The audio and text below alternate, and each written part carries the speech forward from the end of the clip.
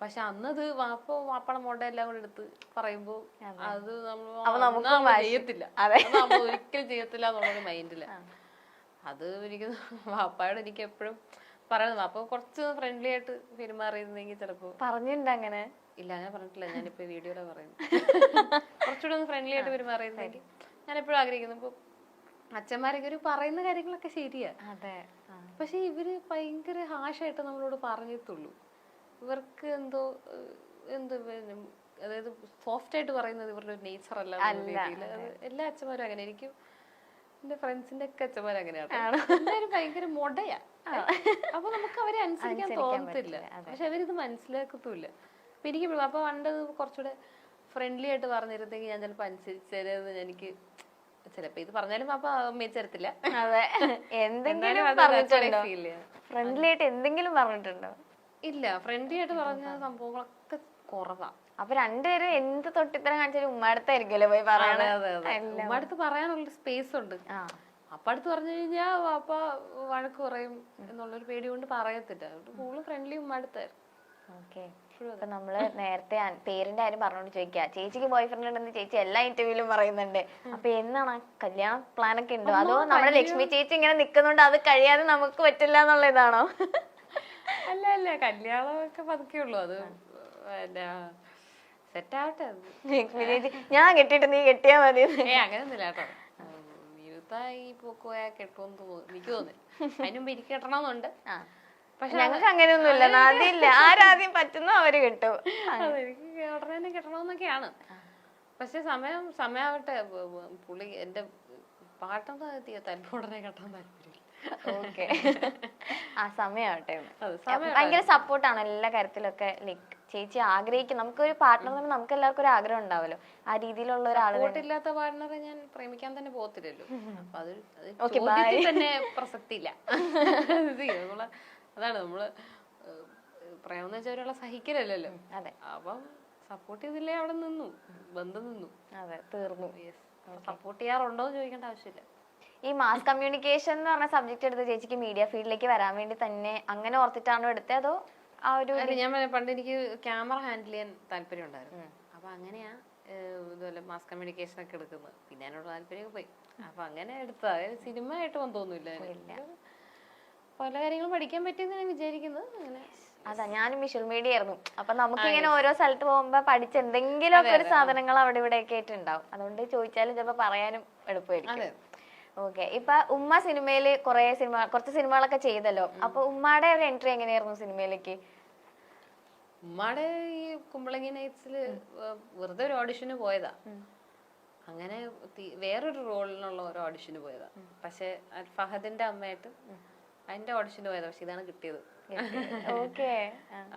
അപ്പൊ അത് ഇതുപോലെ തീരെ പ്രതീക്ഷിക്കാതെ പുള്ളിക്കാരി ചേച്ചിയുടെ ഫ്രണ്ട് അതില് വർക്ക് ചെയ്യുന്നുണ്ടായിരുന്നു. വെറുതെ അങ്ങനെ പോയത്. അങ്ങനെ ഉമ്മ ഇതിനെ അഭിനയിക്കുന്നോ അങ്ങനെ ഒരു ഉമ്മ എഴുതും, നന്നായിട്ട് വായിക്കും, എഴുത്തൊക്കെ ഉണ്ട്. അല്ലാതെ മറ്റു കലകൾ ഒന്നും ഉള്ളതായിട്ട് എനിക്ക് തോന്നിയിട്ടില്ല. പക്ഷെ സജീവമായിട്ട് എന്നെക്കാളും പടങ്ങൾ ചെയ്തോണ്ടിരിക്കും. അഭിമാനത്തോടെ ഞാൻ പറയുന്നു. പക്ഷെ ഇപ്പൊ ഉമ്മ ഭയങ്കര കാര്യമായിട്ട് അഭിനയിക്കുകയും പണ്ടൊക്കെ ഉമ്മ ഫേസ്ബുക്കില് ആൾക്കാരെ വിമർശിച്ചൊക്കെ കാര്യമായിട്ടൊക്കെ എഴുതുമായിരുന്നു. ഭയങ്കര വിമർശനങ്ങളും എല്ലാരെയും കുറ്റപ്പെടുത്തി. അതായത് അങ്ങനെ മറയൊന്നുമില്ല. ഉമ്മക്ക് തോന്നുന്നു ഉമ്മ എഴുതും. അങ്ങനെ കുറെ പണിയും കിട്ടിയിട്ടുണ്ടെന്ന് തോന്നുന്നേ. പക്ഷെ സിനിമ കയറിയതിനു ശേഷം ഒരു അക്ഷരം ഇനിയിപ്പൊ എന്തിനാ വിമർശിക്കുന്നത് മൈൻഡാന്ന് തോന്നുന്നു. ഇപ്പൊ അങ്ങനെ ആരെയും വിമർശിക്കാറൊന്നുമില്ല. അപ്പൊ അതാണ് പണ്ടോ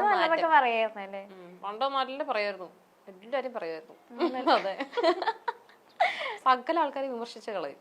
ഇപ്പൊ ആരെയും വിമർശിക്കുന്നില്ല. ഇപ്പൊ എല്ലാരും നല്ല ആൾക്കാരെന്ന് പറഞ്ഞിരിക്കുക. ചേച്ചി തന്നെ ചേച്ചിയുടെ ഒരു ഇന്റർവ്യൂസിൽ പറഞ്ഞിട്ടുണ്ട്, ലൈക്ക് എപ്പോഴും ഒരു അപ്സ് ആൻഡ് ഡൗൺസ് ഇങ്ങനെ വന്നുകൊണ്ടിരിക്കുന്ന ഒരു ജേർണിയിലൂടെ ചേച്ചി പോയിക്കൊണ്ടിരിക്കുന്നത്. പക്ഷെ നമ്മളെപ്പോഴും ലൈക്ക് പൊതുവേ പറയുന്നത് അങ്ങനെ ഒരു അപ്സ് ഉണ്ട്, അതൊന്ന് മെയിൻറ്റെയിൻ ചെയ്ത് പോകാൻ നമ്മൾ ട്രൈ ചെയ്യണ്ടേന്നൊക്കെ നമ്മൾ ചിന്തിക്കും. ചേച്ചി ആ ഒരു എഫേർട്ട് ഇടുന്നുണ്ടോ ശരിക്കും? അയ്യോ, മെയിൻറ്റെയിൻ എങ്ങനെ പോകണമെന്നൊക്കെ എനിക്ക് ആഗ്രഹമുണ്ട്. പക്ഷെ നടക്കാറില്ല പലപ്പോഴും. ചിലപ്പോൾ എൻ്റെ മാനസികമായിട്ട് ഞാൻ ചിലപ്പം അത്ര ഓക്കെ ആയിരിക്കില്ല, ചിലപ്പോൾ ഞാൻ ഭയങ്കര ഹാപ്പി ആയിരിക്കും. അങ്ങനെയാണ് എപ്പോഴും പോകുന്നത്. ഞാൻ ഭയങ്കര ഓണായിട്ട് നിൽക്കുന്ന സമയത്ത്, അല്ലെങ്കിൽ എൻ്റെ മാനസികാവസ്ഥ ഭയങ്കര ഓക്കെ ആയിട്ട് നിൽക്കുന്ന സമയത്ത് എപ്പോഴും എൻ്റെ കരിയോഗ്രാഫ് മുകളിലോട്ട് പോയിട്ടുള്ളൂ. അപ്പൊ ഇതുവരെ എന്തെങ്കിലും വിഷമോ നമ്മളെ അങ്ങനെ എന്തെങ്കിലും അലട്ടുന്നുണ്ടെങ്കിൽ നമ്മളൊന്ന് ഡൗൺ ആവും. പിന്നെ എപ്പോഴും ഇടയ്ക്ക് എനിക്ക് എപ്പോഴും ഭയങ്കര പ്രൊഡക്റ്റായിട്ട് നിൽക്കാൻ പറ്റാറില്ല. കോൺസ്റ്റന്റ്ലി എനിക്ക് പ്രൊഡക്റ്റ് ആവാൻ പറ്റത്തില്ല. അപ്പം ലേസി പേഴ്സൺ. ട്രൈ ചെയ്യുമല്ലേ അതല്ല ലൈക്ക് ആ ഒരു കോൺസ്റ്റന്റ് ആയിട്ട് പോവാനായിട്ട് ചേച്ചി ട്രൈ ഒക്കെ ചെയ്യുന്നുണ്ട്. പക്ഷെ എനിക്ക് ഇടയ്ക്ക് ഒരു മടി ഇങ്ങനെ ബാധിക്കും. മടി ബാധിക്കുമ്പോ ഇങ്ങനെ എനിക്ക് രാവിലെ എഴുന്നേക്കുക, സോഫയിൽ വെറുതെ ഇരിക്കുക, വെറുതെ ഫോണിൽ കുത്താം. പക്ഷെ ചിലപ്പോ ഈ പറഞ്ഞ പോലെ പ്രൊഡക്റ്റീവ് ആവും. എനിക്ക് എപ്പോഴും പ്രൊഡക്റ്റീവ് ആവാൻ ഇതുവരെയും പറ്റിയിട്ടില്ല. അത് എനിക്ക് സ്കൂളും പോലെ അതെ. അപ്പൊ ഒരു ക്ലാസ്സിൽ നിന്നിട്ട് പഠിച്ച അടുത്ത ക്ലാസ്സിൽ നിന്നിട്ട് പഠിക്കത്തില്ല. അങ്ങനെ കഴിഞ്ഞ ക്ലാസ്സിൽ നന്നായിട്ട് പഠിച്ചില്ലേ, കഴിഞ്ഞ 5th സ്റ്റാൻഡേർഡിൽ നന്നായിട്ട് പഠിച്ചു, 6th കുറച്ച് കുഴപ്പം. അങ്ങനെയൊക്കെ ചിന്തിക്കുന്നത് പണ്ട് പോലെ അത്. എനിക്ക് കോൺസ്റ്റന്റ്ലി പ്രൊഡക്ടിവിറ്റി പറ്റത്തില്ല. ഐ ലൈക്ക് വെറുതെ ഇരിക്കാൻ അത്രയും ഇഷ്ടമായിരിക്കും. ഇങ്ങനെ വെറുതെ ഒരു പണി എടുക്കാതെ, അതിപ്പോ ഫോണില്ലെങ്കിലും വെറുതെ പുറത്തോട്ട് ഇങ്ങനെ അന്തം വിട്ട് നോക്കിയിരിക്കാൻ ഇഷ്ടമായിരിക്കും. അപ്പം ചിലപ്പോ അതുകൊണ്ട് ചിലപ്പം ഒരു ഡൗൺ വരും, ഈ മടി ബാധിക്കും. പിന്നെ കൊറേ ഇങ്ങനെ മടി പിടിച്ചിരിക്കുമ്പോ ഇല്ല മോശമാണ്, ഞാൻ എന്തെങ്കിലും ചെയ്യണം, ചെയ്താലേ ഫുഡ് കഴിക്കാൻ പറ്റുള്ളൂ എന്നൊക്കെ ആലോചിക്കും.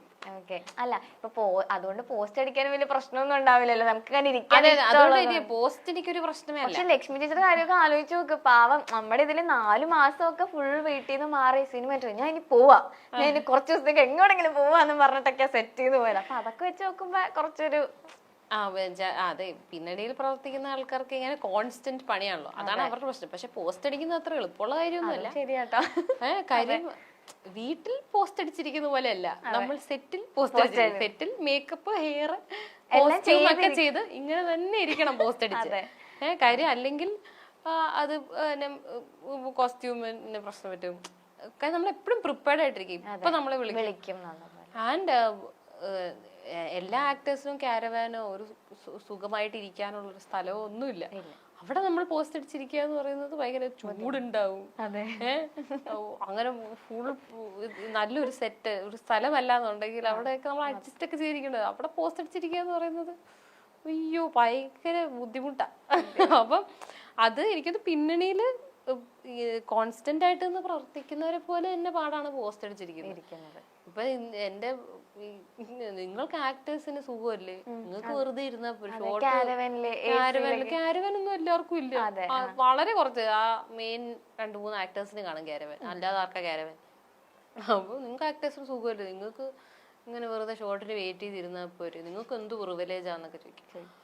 അങ്ങനെയൊന്നുമില്ല. നമ്മള് അത് ഭയങ്കര നമ്മളെങ്ങനെ മെന്റലി ആണ് അത് ഇങ്ങനെ എഫക്ട് ചെയ്യുന്നത്. ഇങ്ങനെ കൊറേ നേരം ഇങ്ങനെ ബോറടിച്ചിരിക്കുമ്പോഴല്ലോ അത് ഭയങ്കര ബുദ്ധിമുട്ടാ. പക്ഷെ പോസ്റ്റ് അടിച്ച് ക്യാരവാൻ ഇരിക്കാൻ നല്ല രസമാണ്. ക്യാരവാനുള്ള സിനിമകൾ ഉണ്ടായിട്ടുണ്ട്. അപ്പൊ നമ്മൾ അയ്യോ ആരും വിളിക്കല്ലേ, ഇങ്ങനെ കുറച്ചേരം കൂടി ഇരുന്നോട്ടെ, അയ്യോ എന്നെ ഷോട്ടിന് വിളിക്കല്ലേ, അല്ലെ ഇനിയിപ്പൊ അന്ന് ഷൂട്ടിന് വിളിച്ചില്ലെങ്കിലും സാരമില്ല ക്യാരവാനിലിരിക്കാലോ എന്നാ. ക്യാരവാൻ ഉണ്ടെങ്കിൽ സൂപ്പറാ. ഏറ്റവും കൂടുതൽ ഇപ്പൊ ടേക്ക് പോയൊരു ഓർമ്മയൊക്കെ ഉണ്ട് ഇപ്പൊ ഇത്രയും ടെൻഷൻ ചേച്ചി പറഞ്ഞുകൊണ്ട് ഞാൻ ചോദിക്കാം. സുലേഖ മനസ്സിലെ ഞാൻ പറയല്ലേ ഒട്ടും ടെൻഷൻ ഇല്ലാതെ അഭിനയിച്ചോണ്ട് തന്നെ ഞാൻ എന്നെ സംബന്ധിച്ചിടത്തോളം ഞാൻ നന്നായിട്ട് അഭിനയിച്ചു എന്നാണ് വിചാരിക്കുന്നത്. അധികം ഞാൻ കാരണം അധികം ടേക്കുകൾ പോയിട്ടില്ല. ഇല്ല അങ്ങനെ എനിക്ക് മന്ദാരം എന്ന് പറഞ്ഞ സിനിമയിലെ ഇടയ്ക്ക് അഭിനയിച്ചിട്ടുണ്ടായിരുന്നു. ആ സിനിമയിലാണ് ഞാൻ ഏറ്റവും കൂടുതൽ ടേക്ക് പോയിട്ടുള്ളത്. ഭയങ്കര പാടായിരുന്നു, കുറെ ടേക്ക്. പിന്നെ അത് പിന്നെ ഞാൻ മാത്രമല്ല എല്ലാരും കുറെ ടേക്ക് പോകുന്നത്. അത് എന്റെ ഡയറക്ടർ അങ്ങനെയായിരുന്നു. ആൾക്ക് കുറച്ചുകൂടെ ഇങ്ങനെ ഇനി ടേക്ക് പെർഫെക്ഷൻ സാധനം ഉണ്ടായിരുന്നു. അതല്ലാതെ ഏറ്റവും കൂടുതൽ ടേക്ക് ഉയരെ എന്ന സിനിമയില് പാർവതി ഇങ്ങനെ ആസിഡ് അറ്റാക്ക് കഴിഞ്ഞ് വീട്ടിലിരിക്കുമ്പോ ഞാൻ പോയിട്ട് സമാധാനിപ്പിക്കുന്ന ഒരു സീനുണ്ട്. അതൊരു വലിയ ഡയലോഗാ. അത് ഞാൻ തെറ്റിച്ച് എന്നിട്ട് അത് ആ ഷൂട്ട് അവിടെ നിർത്തിയത് വീണ്ടും വേറൊരു ദിവസം ഇതിനു വേണ്ടി വെച്ചപ്പോഴാണ് ഞാൻ ശരിയാക്കിയത്. അപ്പൊ പോയിരുന്നു ഫുള്ള് പഠിച്ചു നന്നായിട്ട് കുത്തിയത് പഠിച്ചു. ശരി, അത് കുറച്ച് വലിയ ഡയലോഗാ. അത് എനിക്ക് പെട്ടെന്ന് ഒരു ദിവസം തന്നപ്പോ എനിക്കത് തീരെ പറ്റിയില്ല. പക്ഷെ ഇല്ല, സുലേഖ മനസ്സിൽ പക്ഷെ ഭയങ്കര ഓക്കെ ആയിരുന്നു. ഞാൻ എല്ലാം ഭയങ്കര അടിപൊളിയായിട്ട് ചെയ്തു. സെലിബ്രിറ്റി ക്രഷ് ആസിഫിക്ക് ആ സിനിമ കഴിഞ്ഞതിന് ശേഷമാണോ? മുന്നേ ഉണ്ട്. ആദ്യത്തെ സെലിബ്രിറ്റി ക്രഷ് പൃഥ്വിരാജ് ആയിരുന്നു. സ്വപ്ന കൂടൊക്കെ കണ്ടിട്ട് ഭയങ്കര ഇഷ്ടമായിരുന്നു. ഭയങ്കര ഇഷ്ടമെന്ന് വെച്ചാൽ ഞാനും ചേച്ചിയും ഇങ്ങനെ അത്ര ഹാർഡ് കോർ ഫാൻസ്. അങ്ങനെ കുറച്ചത് കഴിഞ്ഞപ്പോഴാണ് ഇതുപോലെ ആസ്ഫിക്ക വരുന്നത്. സോൾട്ട് ആൻഡ് പെപ്പർ ഒക്കെ കഴിഞ്ഞതിന് ശേഷം പിന്നെ പിന്നെ നമ്മൾ രാജേട്ടനെ രണ്ടാമത് വെച്ചു.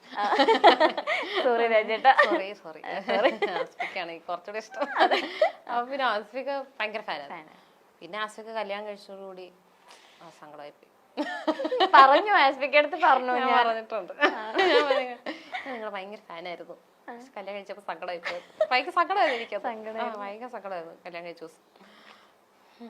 പക്ഷെ ആസ്ഫിക്കയുടെ ഫാമിലി കാണുമ്പോ തന്നെ നമുക്ക് ഭയങ്കര ഇങ്ങനെ അവരിങ്ങനെ കൊണ്ട് നടക്കാം, പിള്ളേരെയും ചേച്ചീനെ കൊണ്ട് നടക്കാൻ കാണുമ്പോ തന്നെ നമുക്ക് വീണ്ടും അസൂയ.